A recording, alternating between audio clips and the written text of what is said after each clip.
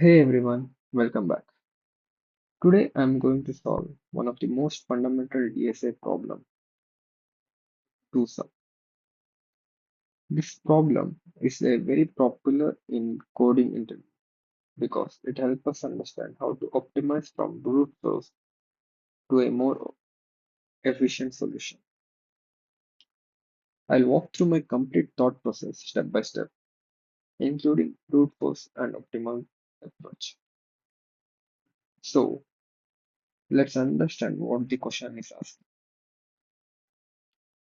We are given an array of integer called nums and we are also given a target value. So our goal is to return the indices of two numbers such that their sum equals the target. We are also guaranteed that exactly one valid answer exists and we cannot use the same element twice. So in simple terms, I need to find two different positions in the array where the values at those positions add up to the target. So, for example, if the array is 2, 7, 11, and 15, and the target is 9, so 2 plus 7 equals 9. So, we return their indices, 0, which are 0 and 1.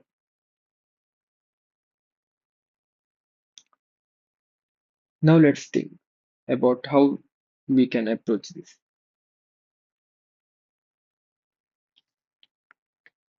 I will start with the most straightforward approach, which is checking every possible pair.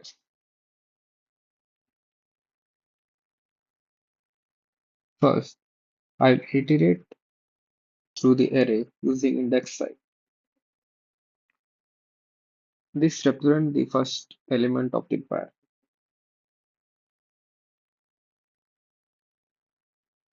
Then for each I'll check all elements after it using J.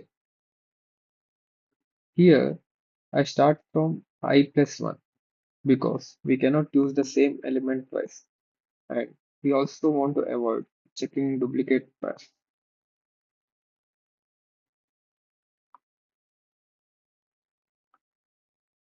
Inside the nested loop, I check if the sum of two elements equals the target. If yes, I'll immediately return their indices. So this approach checks all the possible pairs in the array.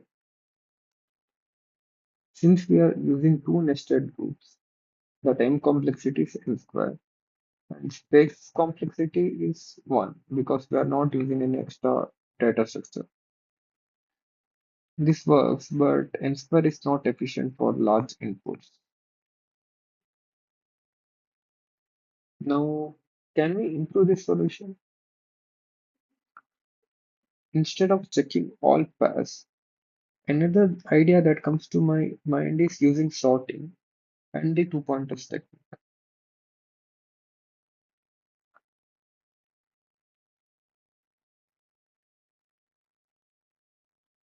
If we sort the array, we can place one pointer at the beginning and one at the end. So let left pointer be at 0 and right pointer be at the end. So if the sum of two number is less than the target, we move the left pointer forward. If the sum is larger than the target, we move the right pointer backward. If the sum equals the target, then we find out fact.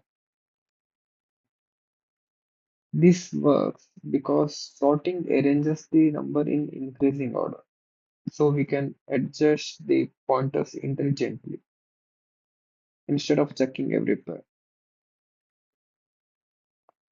So here sorting takes n log n and the two pointer scan takes n. So overall complexity becomes n log n. However, there's a problem with this approach.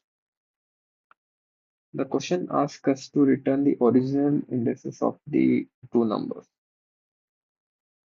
But if we directly sort the array, we lose their original position of the element. So to preserve this, we would need to store both the values and its original index before sorting. And we would have to create a vector of pairs where each pair stores the number and its original index. Then we sort this vector, then applied the two pointer technique. So while this approach is valid, it adds extra complexity to the implementation. So since this problem can actually be solved in linear time using hash map, using sorting here is unnecessary and makes the solution more complicated than required. Also, storing the value index pair requires an additional space. So space complexity would be n. Instead of modifying the array and handling the index preservation, so we can let's try a cleaner approach using hash map. Yeah. So the key idea here is for every element, instead of checking all the elements, we calculate the number needed to reach the target.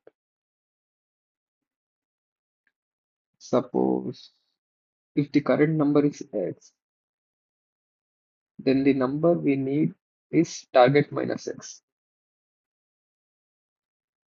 We can quickly check whether this number exists in the array and we can solve the problem in linear time. So I'm creating a hash map that will store number as key and its index as value.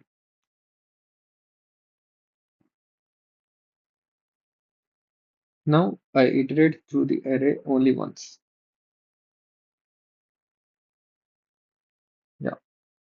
Now for each element, I calculate its complement by subtracting the first number with the target.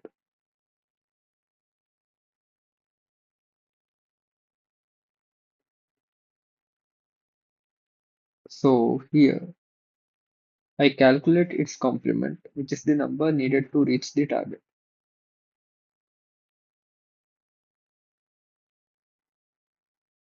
So I'll check if this complement already exists in the map. If it exists, that means we have already seen the required number earlier. So I will return the stored index of the complement by pushing back to result. And also I'll push back the current index.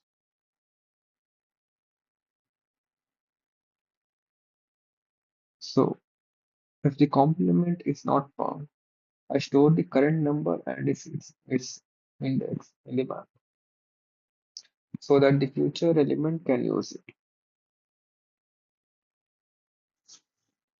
Let's quickly dry run with the example 2, 7, 11, 15.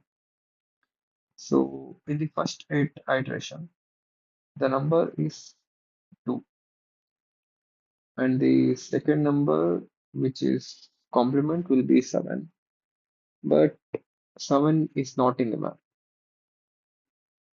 So we'll store 2 with index 0. Now in the second iteration, the number is 7. So the first number will be 7 and its complement will be 2, which is second number, and 2 is already in that. So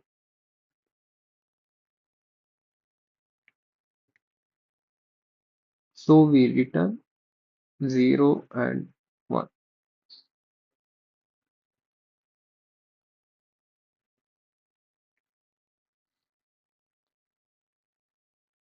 Now let's analyze the time complexity. We are iterating through the array only once, so that gives us n. And hash map insert and lookup operation takes 1 on average. So overall time complexity is n. In most case scenario, we might store all the element in the hash map.